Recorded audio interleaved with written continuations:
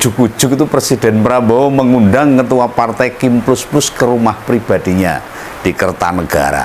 Lah mau bagaimanapun dipanggilnya para ketua partai pemerintah ini menimbulkan penisirin. Penasaran dari Om Begawan nih, ada urusan apa mereka dipanggil nih? Kok tiba-tiba banget? Apakah ada yang urgent gitu? Apakah terkait kebijakan kepresidenan? Nah ini kebijakan yang mana kira-kira? Apa mau menunda penerapan kenaikan PPN 12% mungkin loh. Nah, mungkin juga ngebahas daun kelor untuk gantiin susu dimakan bergizi ya bisa.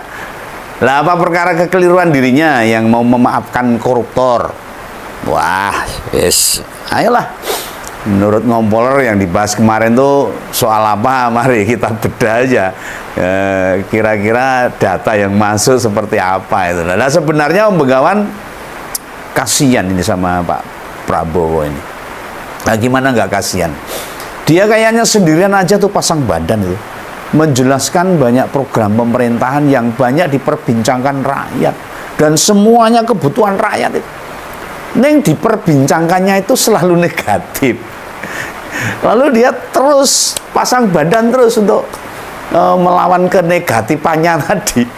Nah meski Ketua Umum Gerindra itu gak aktif di medsos, mungkin ya orang sempat lah Pak Prabowo itu main medsos itu. Tapi dia kan dilapori sama petinggi-petinggi Gerindra bila rakyat itu resah dan gelisah, pesimis dengan masa depan Indonesia ini. Apalagi kalau teringat dengan kata-kata Pak Prabowo bahwa Indonesia tahun 2030 bubar lah ini. Semakin takut tuh. Di mana Republik Indonesia sudah dinyatakan tidak ada lagi tahun 2030. Kita ini bubar. Semakin takut dengan masa depan Indonesia ini. Nah, mungkin ngomongers gentian penasaran nih. Nah, menurut Om Begawan, pas dikumpulkan di rumah pribadinya Pak Prabowo itu, kira-kira ngobrolin apa ya?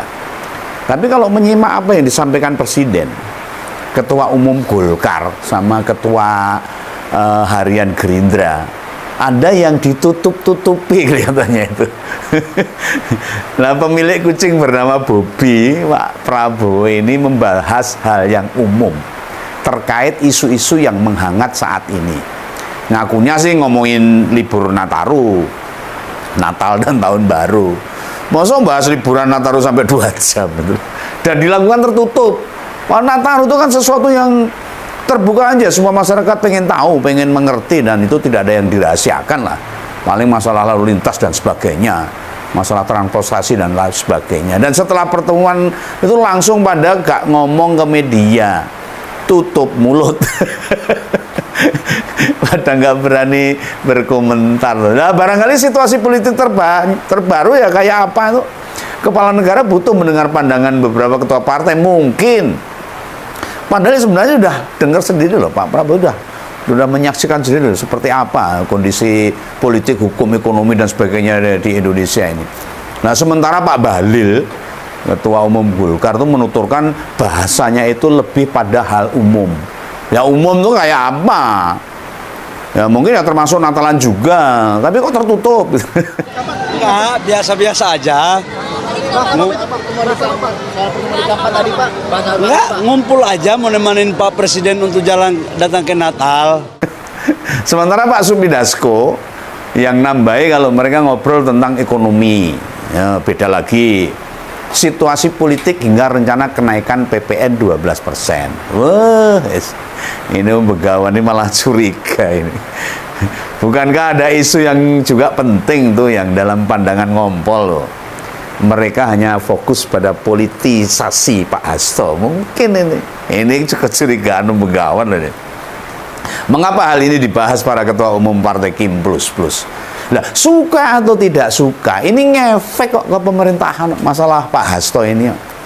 Ada perseteruan antara Jokowi lawan PDIP, berdampak pada persepsi rakyat ke pemerintah. Ini pasti. Satu hal yang membuat Om Begawan yakin, tidak diajaknya Gibran di pertemuan tersebut. Ditambah ada info, bila Sekjen PDIP menitipkan banyak dokumen penting ke Bu Koni Rahakundini. yang berada di Rusia. Oh ya ada temen mengamankan dokumen ya tekan Rusia itu apa ben dijogo dengan senjata komplit di sana. Kenapa nggak di dalam negeri saja? Nah, dokumen itu apakah itu dokumen? Nah, sama jubir juru bicara PDIP, Mas Guntur Romli. Wah, dokumen itu dibuka misalnya ini. Oh, bisa menggegerkan dunia persilatan politik kita ini. Wah, itu hebat ini. Nah, siapa sebenarnya yang paling ketakutan? Andai kata loh, dokumen itu dibongkar yang dititipkan oleh Mbak Koni ini.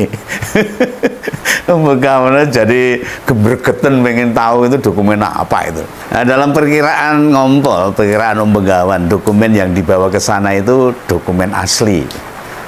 Yang ditinggal di dalam negeri itu dokumen gandaan, kopian, salinannya saja lah. Makanya presiden mungkin ya deg-degan, khawatir ini pemerintah yang sekarang ini.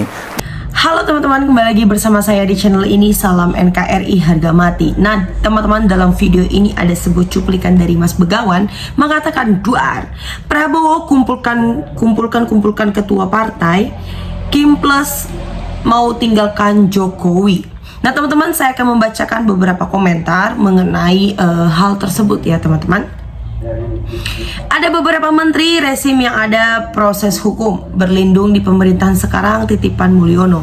Pimpinan KPK pilihan Jokowi pasti balas jasa. Pada ketakutan kalau korupsi mereka terbongkar, makanya mereka berkumpul. KPK bukan punya rakyat dan negara, Om. KPK punya Jokowi dan keluarganya.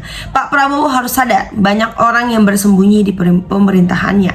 PDIP sebagai institusi politik yang menyertai sejarah politik Indonesia harus dijaga sehingga tetap berlanjut. Sedangkan Pak Jokowi sebagai mantan presiden sekaligus mantan kader PDIP is over, sudah berakhir. Pada dasarnya semua yang berada di kekuasaan akan melakukan apapun untuk melanggengkan kekuasaannya. PDIP juga sama saja. Jelasnya pada rebutan kekuasaan jadi rakyat terlantarkan dijadikan pelengkap penderitaan yang jelas. Kekuasaan harus banyak uang, kapitalisme. Jadi pada kepingin banyak uang dengan ditempuh jalan apapun. Jokowi cuma ingin mempertahankan kekuasaan dan pengaruh dia di dalam pemerintahan baru.